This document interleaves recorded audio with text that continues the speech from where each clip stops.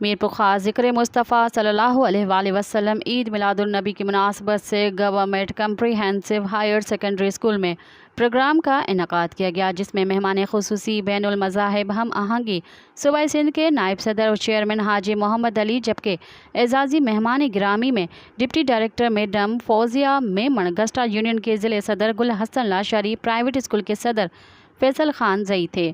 Programme کا آغاز باقاعدہ تلاوت کلام پاک سے اور نعت رسول مقبول سے شروع کیا گیا۔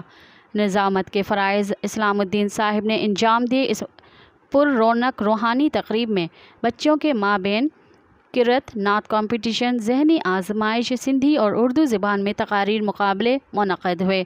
پرنسپل محمد جمیل قریشی نے آنے والے تمام مہمان گرامی کو سندھ کا روایتی تحفہ اجرک پیش کیا اور آمد پر شکریہ ادا کیا۔